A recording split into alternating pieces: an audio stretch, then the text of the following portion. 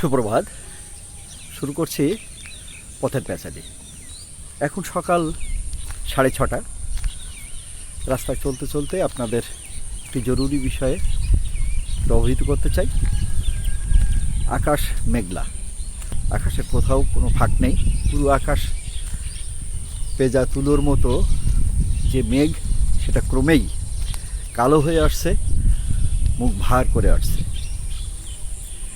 এই যে মেঘাচ্ছন্ন আকাশ, প্রকৃতি একদম থমথমে, একদম মৃদুমন্দ একটা বাতাস এখানে প্রবাহিত হচ্ছে পূর্ব উত্তর কোণ থেকে পশ্চিম দক্ষিণ কোণের দিকে।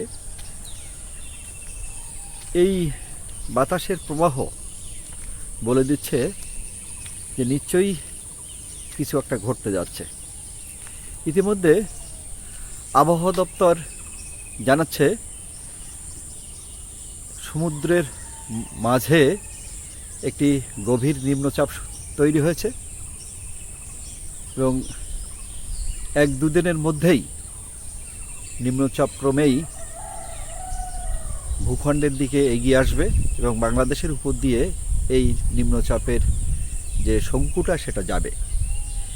এই নিম্নচাপের কারণে যে ঝড় বা ঘূর্ণিঝড় তৈরি হবে সেটির নাম দেওয়া হয়েছে শক্তি। এটা ক্রমেই শক্তি সঞ্চার করছে এবং আজ অথবা কালের মধ্যে এটা বাংলাদেশের উপর দিয়ে প্রবাহিত হবে, এ ধরনের একটি পূর্বাভাস আছে।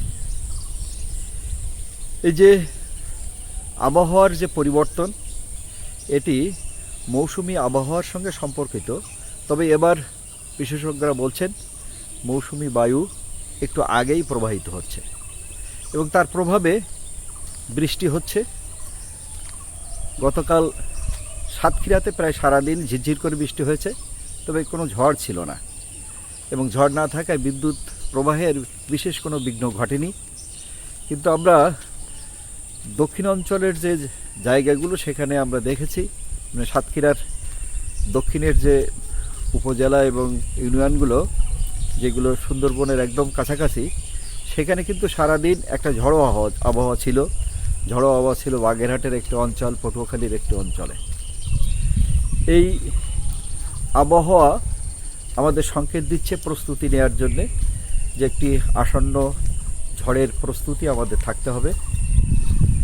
খাদ্য সংরক্ষণ, পরিবারের দরকারি জিনিসপত্র সংরক্ষণ এবং যখন সরকারি কর্তৃপক্ষ আমাদের নিরাপদ আশ্রয় কেন্দ্রে যাওয়ার কথা বলবে, তখন যেন খুব দ্রুত আশ্রয় কেন্দ্রে পৌঁছতে পারি, সেজন্য প্রস্তুতি থাকতে হবে। প্রাথমিক চিকিৎসার সরঞ্জাম সাথে থাকতে হবে, ওটস লাইন, পানীয় পানি, এগুলো আগেই তৈরি করে রাখতে হবে। এবং যারা এই আবহাওয়া এবং স্বেচ্ছাশ্রমের ভিত্তিতে মানুষের সেবা দেবেন, তারা ইতিমধ্যেই প্রস্তুতি গ্রহণ করেছেন। আমার বিশ্বাস সরকার বিষয়টিতে নজর রাখছেন, স্থানীয় সরকার এটা দেখভাল করছেন। ইতিমধ্যে সে ধরনের একটা প্রস্তুতির খবর আমরা আসলে দেখছি। যারা সমুদ্র উপকূলীয় অঞ্চলে বসবাস করেন, এই ঘূর্ণি বাতাসের প্রবাহে যাদের জীবন বরাবরই তছনছ হয়, তাদের আরও সতর্ক থাকার দরকার। এবং উপকূলীয় ভেড়িবাঁধ বিভিন্ন জায়গায় জলোচ্ছ্বাসের কারণে প্লাবিত হওয়ার একটা ঝুঁকি আছে, সেই বিষয়টিও নজরে রাখা দরকার। যদি ঘূর্ণিঝড় সত্যি শক্তি সঞ্চার করে আছড়ে পড়ে, তার সমস্ত ধরনের প্রভাব আমরা কাটিয়ে উঠতে পারবো, সেই সাহস রাখবার কথা বলে আজকের এই ভিডিও ধারণ এখানে শেষ করছি। সবাইকে অসংখ্য ধন্যবাদ।